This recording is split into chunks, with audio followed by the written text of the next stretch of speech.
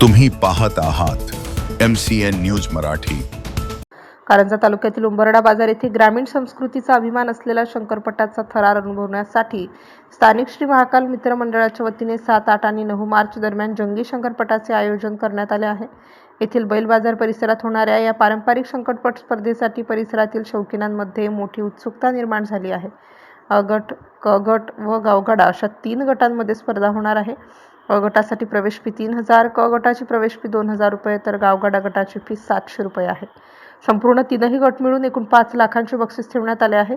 सोमवारी 9 तारखेला सायंकाळी 5 वाजता बक्षीस वितरण समारंभ आयोजित केला जाणार असून यावेळी लोकप्रतिनिधी, सामाजिक व शैक्षणिक क्षेत्रातील मान्यवर उपस्थित राहणार आहेत।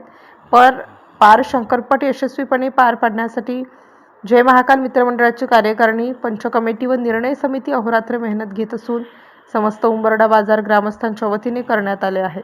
MCN news मराठीकरिता Umesh काडबांडे, Karanja Lad.